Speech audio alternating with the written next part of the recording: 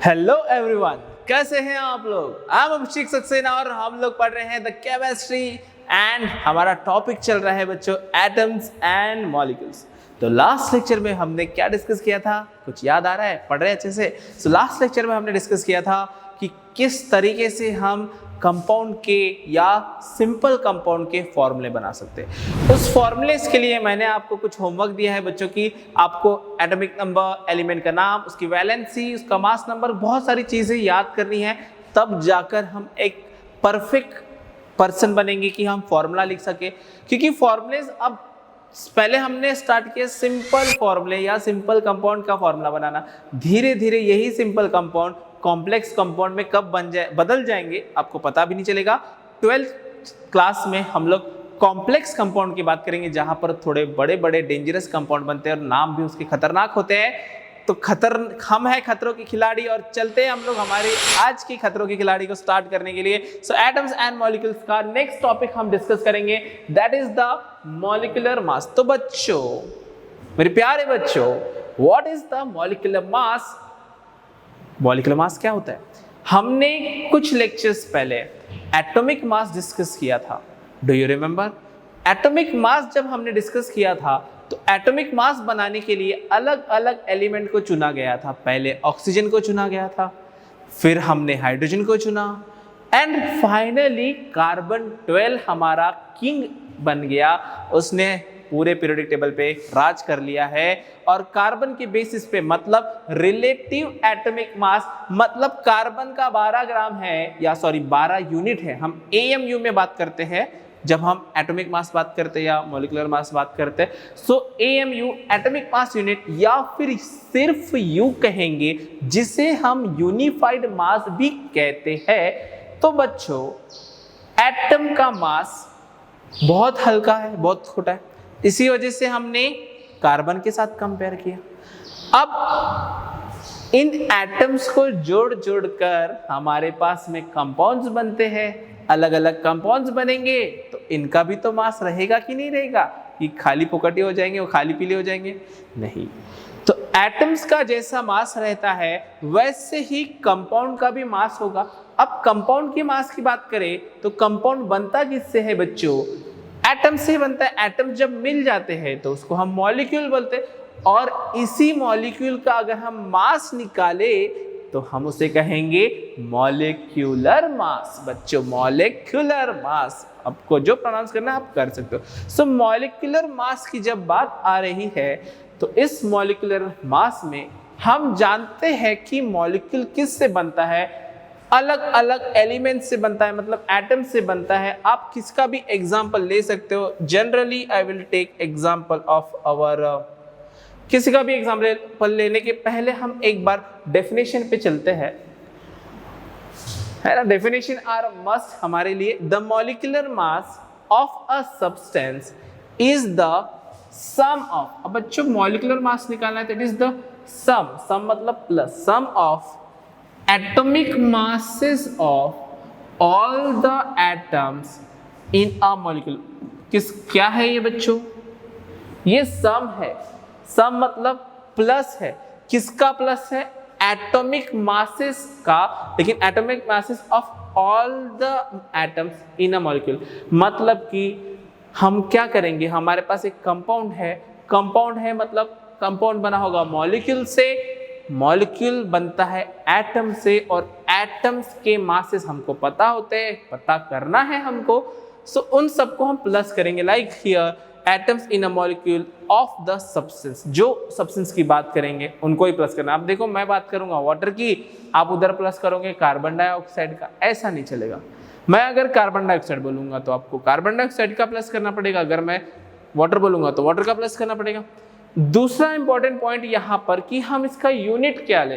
तो बच्चों याद करो, हमने एटॉमिक मास का यूनिट क्या लिया था? हमने एटॉमिक मास का यूनिट लिया, एटॉमिक मास यूनिट एएमयू, या फिर यूनिफाइड मास, या फिर यू।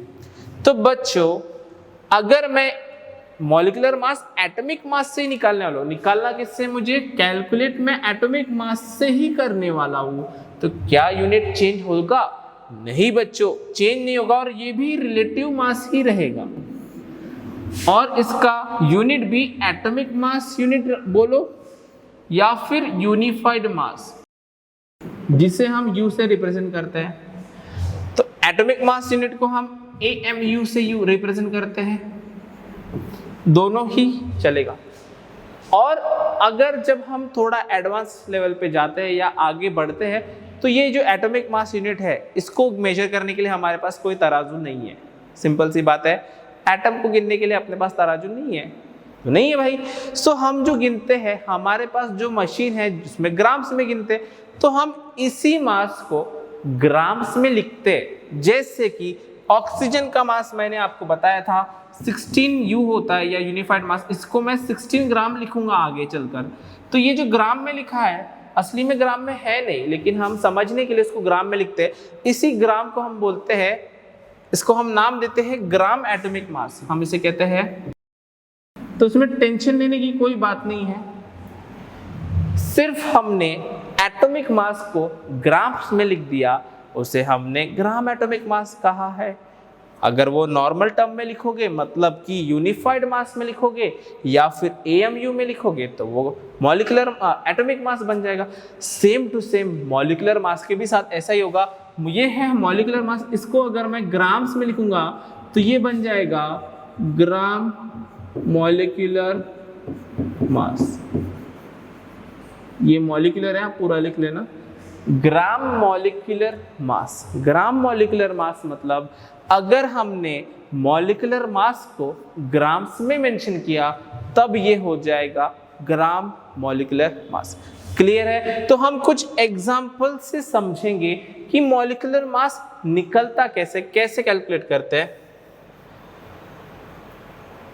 बेसिकली ये एग्जाम्पल्स हम पहले भी सॉल्व कर चुके हैं, जैसे कि वाटर। अब हमें निकालना है मॉलिक्यूलर मास वाटर का, मॉलिक्यूल का मास निकालना है, मतलब मुझे पहले हाइड्रोजन का मास बताना चाहिए। तो हाइड्रोजन का मास है 1U, ऑक्सीजन का मास है बच्चों 16U। फाइनली मुझे निकालना है वाटर का मास। किसका मास निकालना है बच्चों? वाटर का मास। तो H2O है वहां पर, क्या है? H2O। तो H2O के मास के लिए मेरे पास है 2 हाइड्रोजन, तो 2 इंटू हाइड्रोजन प्लस ऑक्सीजन कितना है बच्चों मेरे पास में? ऑक्सीजन है 1, तो ऑक्सीजन 1 को ही प्लस करना पड़ेगा। अब मैं यहाँ पर हाइड्रोजन का मास और ऑक्सीजन का मास रख देता हूँ, आंसर मिल जाएगा। क्या आप रख सकते हो आंसर? जल्दी से कैलकुलेट करो, मेरे पहले कैलकुलेट करके कमेंट में बताओ कितना आएगा। 2 इंटू हाइड्रोजन का मास 1 है, ऑक्सीजन का मास कितना है? 16 है, प्लस करेंगे क्या होगा? 2 + 16, तो हमें मिल रहा है यहाँ पर 18U। इसी का मतलब अगर आपको किसी ने वाटर का मास पूछा तो वो आएगा 18U, और अगर आपको ग्राम्स में लिखना है तो वाटर का मास हम लोग क्या लेंगे बच्चों? 18 ग्राम। इसे ही हम क्या कहते हैं? मैंने अभी बताया आपको, ग्राम्स में जब हम लिखते हैं तो क्या कहते हैं इसे हम ग्राम मॉलिक्यूलर मास कहते हैं। ठीक है बच्चों, क्या आपको इस तरीके से मास कैलकुलेट करना आएगा? तो चलिए ये जल्दी से नोट करना है, और आगे का क्वेश्चन आप पहले सॉल्व करेंगे मेरे से, वीडियो पॉज करेंगे और सॉल्व करेंगे जल्दी से। सो नाउ हमें निकालना है HNO3 का मास। पहले हमारे पास मास होना चाहिए हाइड्रोजन का, दैट इज 1U। नाइट्रोजन का मास होता है बच्चों 14U, और ऑक्सीजन का मास होता है 16U। It's very simple. अब हमें निकालना है HNO3।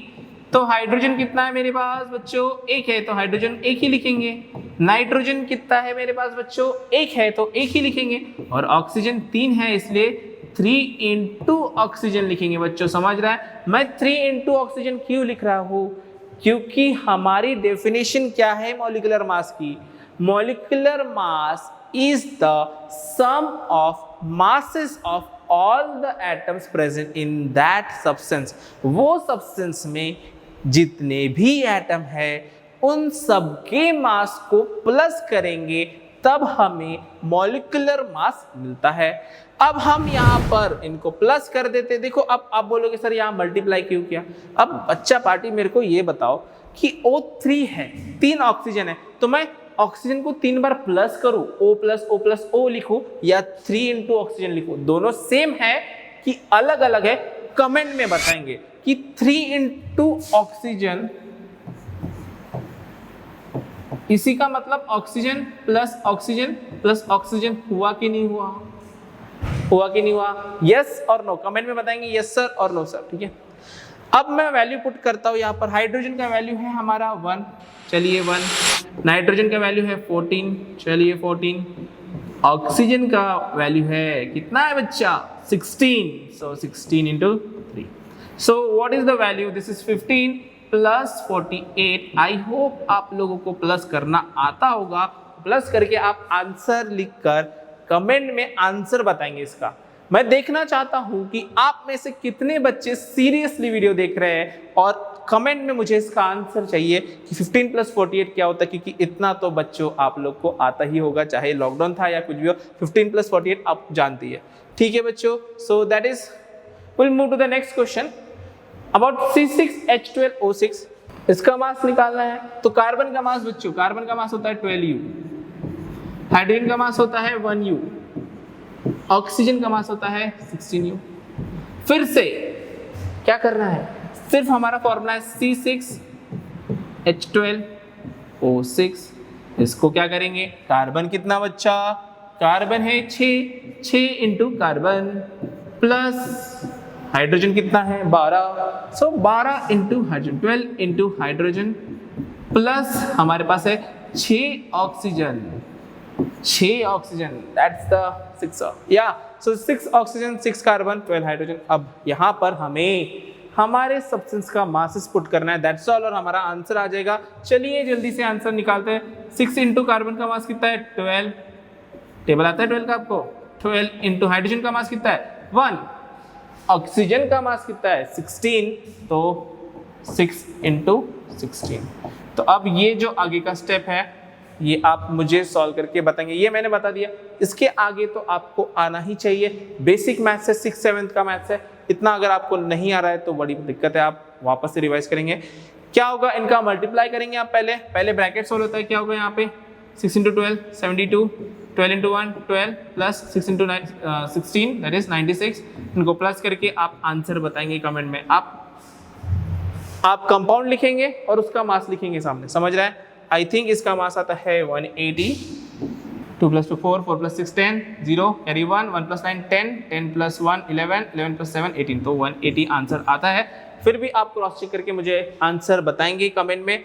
आपको कंपाउंड का नाम लिखना है और आपको कंपाउंड का नाम लिखना है, वाटर का लिखा है जैसे HNO3 लिखना है, C6 है, ये ग्लूकोज है, एंड इस तरीके से हमारे मॉलिक्यूलर मास का पॉइंट हमने कंप्लीट किया।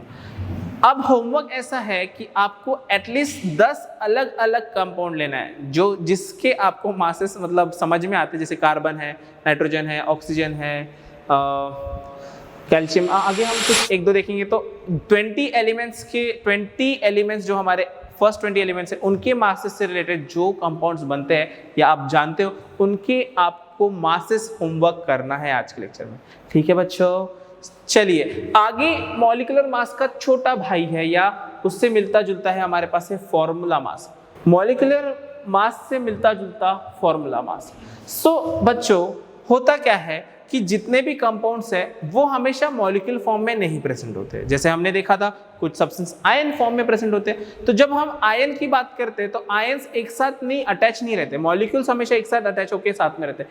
आयन साथ में रहते हैं लेकिन वो मॉलिक्यूल जैसा स्ट्रक्चर नहीं बनाते, वो कुछ अलग स्ट्रक्चर बनाते हैं, जो कि हम 12th क्लास के सॉलिड स्टेट चैप्टर में पढ़ेंगे बच्चों। फिलहाल ध्यान में रखना है कि कुछ सब्सटेंस मॉलिक्यूल नहीं, वो आयन्स फॉर्म में रहते हैं, है ना। जैसे आयनिक कंपाउंड्स आयन फॉर्म में रहते हैं, वो मॉलिक्यूल नहीं बनाते।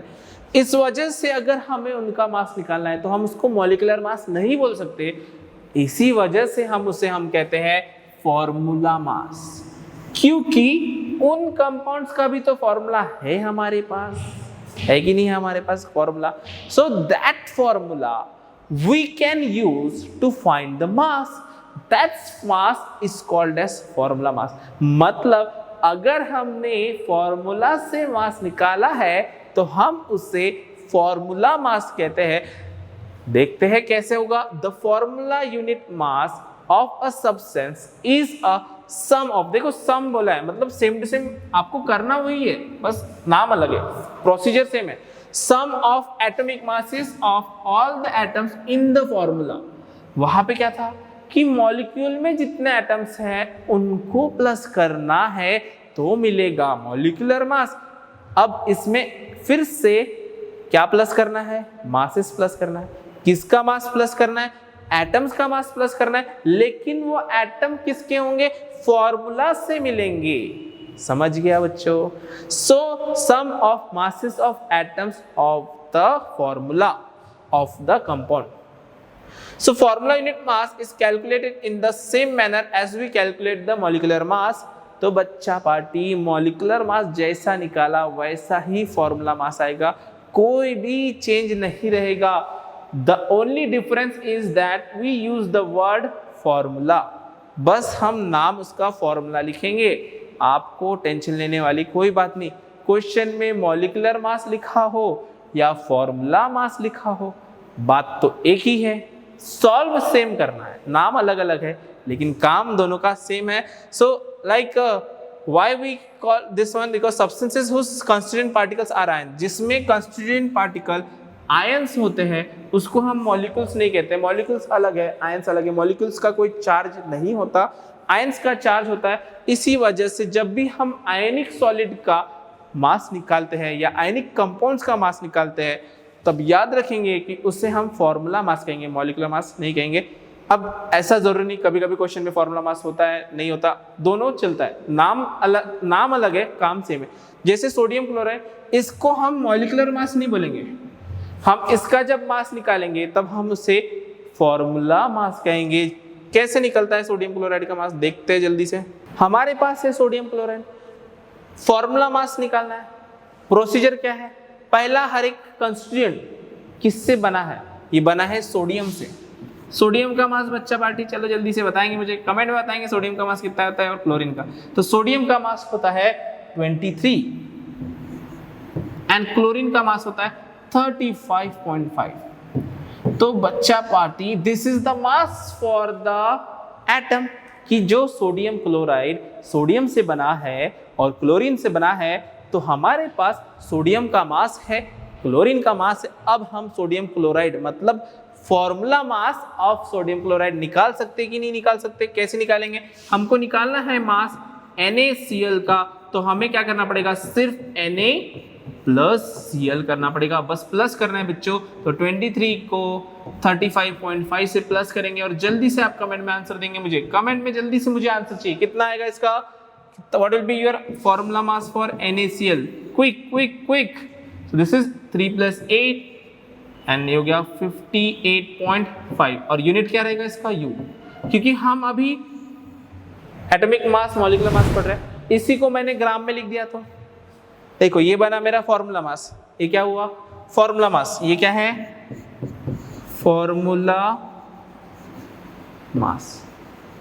इसी को मैंने अगर ग्राम्स में लिख दिया, चलिए इसको मैंने लिख दिया 58.5 ग्राम, तो ये बन जाएगा ग्राम